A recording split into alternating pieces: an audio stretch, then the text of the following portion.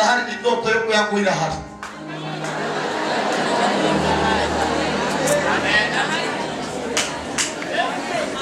Haruri karanyumva nubwo utambaye neza indoto yo kukwambika neza irahari.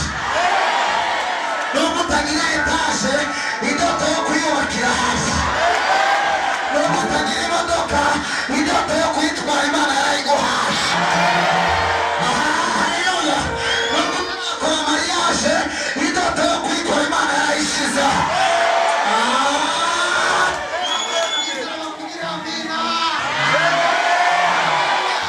Gute irahari ariko abantu bumva ko abatuzi mu mpwe bavugira amina. Imana izarugamba ntiyayikubuza kubera narumwa ariko muri jewe hari muganga sema amina. Igihe kigeze kugoroka haleluya ubu nubwo nusanga ndamuzirira n'ibikunda kuko igihe cyo kuza bwaragize gute haleluya.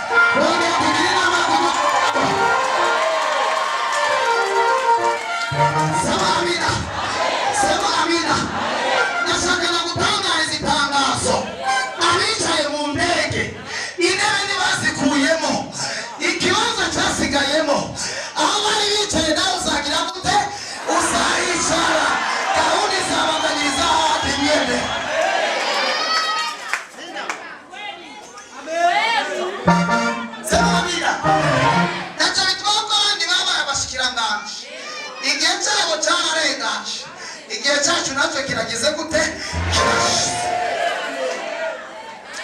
Sifa kwa Mungu. Sifa kwa Mungu. Yosefu asatanzi kwa bafiti. Kesha abantu kugirira neza, bakugira neza n'umutima mwiza. Ariko bo bariko bimbiki ikinogo kabisa. Sema amina. Amen. Sema amina. Amen. Mukwezi kwa munani. Siko tugezemo dusigaje amezi ane kugira ngo turangize umwaka. Sema amina. Amen. Sema amina. Amen. Dusigaje amezi ane kugira ngo turangize umwaka. Sema amina. Muri kwezi kwa mbere. Sema amina. Amen. Sema amina. Batogera basalibarate bagana mu kwezi kwa kabiri Imana iragira gute irihangara. Bagana mu kwezi kwa gatatu Imana iragira gute irihangara. Bagana mu kwezi kwa kane Imana iragira gute irihangara. No mu kwa karindwi bahagararamo Imana iragira gute irihangara. Ariko bagomba ntangaza itangazo kubera kwa munani guhera mu kwa munani guhera mu kwa munani guhera mu kwa munani guhera mu kwa munani guhera mu kwa munani guhera mu kwa munani ntangaza amahirwe ibintu bigenda neza ibintu bigenda neza ibintu bigenda neza.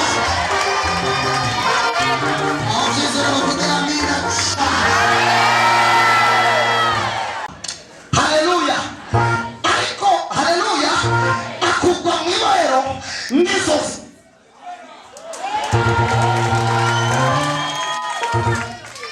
Akugwa mu ibohero n'iki n'inzozi.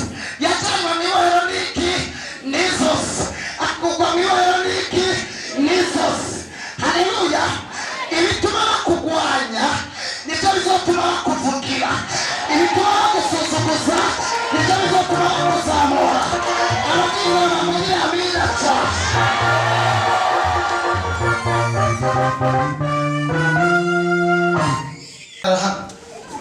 Twambaye neza nakuraki hagarara kandi ngaho tera inama. Sema amina. Dufate uyu ni Farao cyangwa uyu ni Yosefu je ni Farao. Yosefu araje. Haleluya. Baramubashije ati mwami yarose gucyana. baramusubiza ati Yosefu cyana dufate Yosefu nawe arabisobanura. Aje kubisobanura kandi yari yambaye neza no kumunwa bari bamuboye mu kwimugabo yimwesheje. Sema amina. Yari yambaye idarapo ry'igihugu cya Egiputa nkuko yambaye idarapo ry'igihugu cy'Uburundi. Sema amina. Imana yahinduye amateka. Sema amina. Mwibohero rero jewe narigeze gufunga. Mwibohero hari ijwi baguhamagara ukumva ko ugiye gukubita. Hari ijwi baguhamagara bakavuga ngo Karoli ukacumenya kw'igisusu utambura kugisho ukavuga ati Yesu we bagiye gukubita bihagije. Hari n'ijwi baguhamagara ukamenya ko n'umunsi waruvuye mwibohero. Sema amina. Yosefu ngo bamuhamagaye yumva ngo iryo jwi ngo bari kumuzamura. Haleluya. Bamwe barakumanuye ariko Imana yaje kukuzamura. Sema amina. Yosefu araza baravuga baramubaza bavuga amateka ya Egiputa ivyo Imana igiye gukora. Sema amina. Wacana baza mu bantu bari bangaho ngo ninde ashoboye gukora nk'ivyo Yosefu avuze. Sema amina. Uriko muranyumva neza? Sema amina. Arabaza ati ninde ashoboye gukora nk'ivyo Yosefu asobanura. Ngo bararondera ubisobanura barabura. Vuga ngo barabura. Genda wicaye. Ndakubaze utari umusazi wogendera kuri vision ya Pastor Joseph ukayitwara mu Imana yimuhaye itayihaye wewe. Sema amina. Ogendera kuyamba nyoye mugabo yisobanuriye wowe utasobanuye bakuyindebe yiwe. Sema amina. Umwana cyaravuga ati rero gahundi hasi nimwegera intebe hasigara intebe yanjye n'intebe ya Yosefu gusa. Sema amina. Inyuma ya Yosefu kuva mu ipande amakuru yo kwa Potifari yaciye abantu. Sema amina.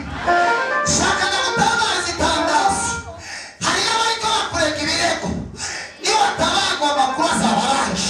Hari abariko bagusuzugurwa ni watabagwa amakuru azabageze gute azabaranje.